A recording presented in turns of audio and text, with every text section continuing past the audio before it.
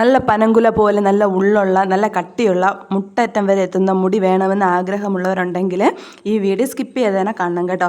അങ്ങനെ നല്ല ആരോഗ്യമുള്ള മുടി വേണമെന്ന് ആഗ്രഹമുള്ളവർക്ക് ശ്രദ്ധിക്കേണ്ട ഒരു 6 പ്രധാനപ്പെട്ട കാര്യങ്ങളാണ് പറയാൻ വേണ്ടിയിട്ട് പോകുന്നത് കേട്ടോ.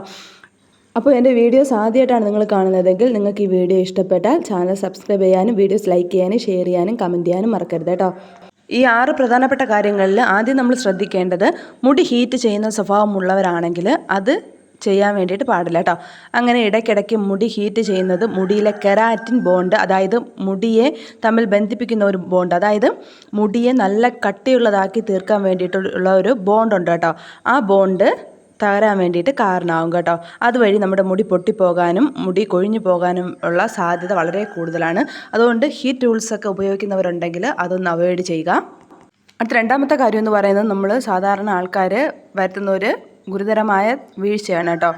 അത് വേറെ ഒന്നുമല്ല, കുളിച്ച ഉടനെ തന്നെ ഈറനോടെ മുടി ചീകുകയോ അതുപോലെ തന്നെ മുടി കെട്ടിവയ്ക്കാനോ പാടില്ല കേട്ടോ. കാരണം നനഞ്ഞിരിക്കുന്ന സമയത്ത് നമ്മുടെ മുടിയുടെ റൂട്ട് വളരെ സോഫ്റ്റ് ആയിരിക്കും കേട്ടോ. അതുകൊണ്ട് നമ്മൾ നനഞ്ഞ മുടി ചീകുമ്പോൾ മുടി പെട്ടെന്ന് പൊട്ടിപ്പോകാനും ഊരിപ്പോകാനും ചാൻസ് ഉണ്ട് കേട്ടോ. കൂടാതെ നനഞ്ഞ മുടി കെട്ടിവെച്ച് കഴിഞ്ഞാൽ സ്മെല്ലെടുക്കാനും അതുപോലെ തന്നെ മുടിക്കായ വരാനുള്ള ചാൻസസും വളരെ കൂടുതലാണേ. അതുപോലെ തന്നെ ചില ആൾക്കാർ ഫാനിൻ്റെ കാറ്റിൽ ചെന്ന് നിന്നിട്ട് മുടി ഉണക്കാൻ വേണ്ടിയിട്ട് ശ്രമിക്കാറുണ്ടല്ലേ. അതും നമ്മുടെ മുടി പൊട്ടിപ്പോകാൻ, അതായത് മുടിയിൽ കുരുക്ക് വീഴുന്നതിനോടൊപ്പം തന്നെ പൊട്ടിപ്പോകാനുള്ള ചാൻസസും വളരെ കൂടുതലാണ് കേട്ടോ. അതുകൊണ്ട് ഫാനിൻ്റെ മുട്ടിൽ ചെന്ന് നിന്നിട്ട് മുടി ഉണക്കാൻ വേണ്ടിയിട്ട് ശ്രമിക്കരുത്. പകരം നമുക്ക് നമ്മുടെ സാധാരണ ചൂടിലോ അല്ല എങ്കിൽ കാറ്റിലോ, നമ്മൾ നാച്ചുറലായി കിട്ടുന്ന കാറ്റിലോ ചെന്ന് നിന്നിട്ട് മുടി ഉണക്കാൻ വേണ്ടിയിട്ട് ശ്രമിക്കണം. അതുപോലെ തന്നെ മുടി കഴുകിയ ഉടനെ കിടക്കുന്നതും മുടിക്ക് നല്ലതല്ല കേട്ടോ. ഇത് തലയോട്ടിയിലെ ഫോളിക്കിളുകൾ നശിക്കുന്നതിന് കാരണമാവുകയും അതുകൊണ്ട് തന്നെ മുടി ഉണങ്ങിയതിന് ശേഷം മാത്രമേ കിടക്കാനും വേണ്ടിയിട്ട് ശ്രമിക്കുക. അതുപോലെ തന്നെ മറ്റൊരു പ്രധാന കാരണം എന്ന് പറയുന്നത്, നമ്മുടെ ശരീരഭാരം കുറയ്ക്കുന്നതിനായി ഡയറ്റ് പ്ലാനുകൾ എടുക്കുന്നവരുണ്ടല്ലേ. പെട്ടെന്ന് നമ്മൾ അങ്ങനെ ഡയറ്റ് പ്ലാനുകൾ എടുത്തിട്ട് പെട്ടെന്ന് വെയിറ്റ് കുറയ്ക്കാൻ വേണ്ടിയിട്ട് ശ്രമിക്കരുത് കേട്ടോ. അതും ആദ്യം ബാധിക്കുന്നത് നമ്മുടെ മുടിയാണ് കേട്ടോ. അങ്ങനെയുള്ള ഡയറ്റ് പ്ലാനൊക്കെ എടുത്തു കഴിഞ്ഞാൽ പെട്ടെന്ന് നമ്മുടെ മുടി കൊഴിയാനുള്ള ചാൻസസ് വളരെ കൂടുതലാണ് കേട്ടോ.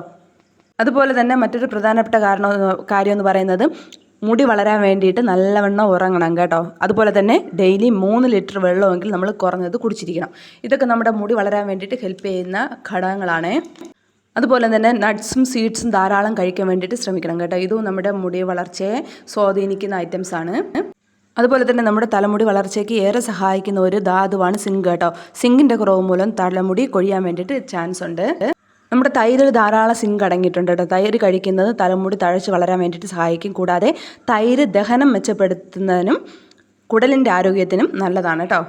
അതുപോലെ തന്നെ നമ്മുടെ ചീര, വൈറ്റമിനുകളും സിങ്കും മറ്റും അടങ്ങിയ ചീര കഴിക്കുന്നതും തലമുടി നന്നായി വളരാൻ വേണ്ടിയിട്ട് സഹായിക്കും. ശരീരത്തിൻ്റെ മൊത്തം ആരോഗ്യത്തിനും ചീര കഴിക്കുന്നത് നല്ലതാണ് കേട്ടോ.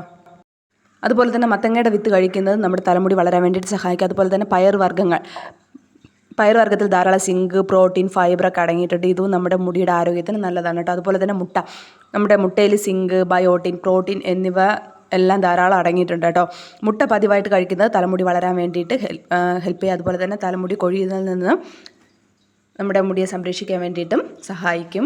അതുപോലെ തന്നെ നമ്മുടെ ബദാമിലും അണ്ടിപ്പരിപ്പിലൊക്കെ സിങ്ക് ധാരാളം അടങ്ങിയിട്ടുണ്ട് കേട്ടോ. അതുപോലെ തന്നെ കൊഴുപ്പും, ഇതെല്ലാം നമ്മുടെ മുടിയുടെ വളർച്ചയ്ക്ക് സഹായിക്കുന്ന ഐറ്റംസാണ്. അപ്പം നിങ്ങൾക്ക് ഈ വീഡിയോ ഇഷ്ടപ്പെട്ടാൽ സബ്സ്ക്രൈബ് ചെയ്യാനും ലൈക്ക് ചെയ്യാനും മറക്കരുത്. അപ്പോൾ നമുക്ക് പുതിയൊരു ടിപ്പായിട്ട് കാണാം.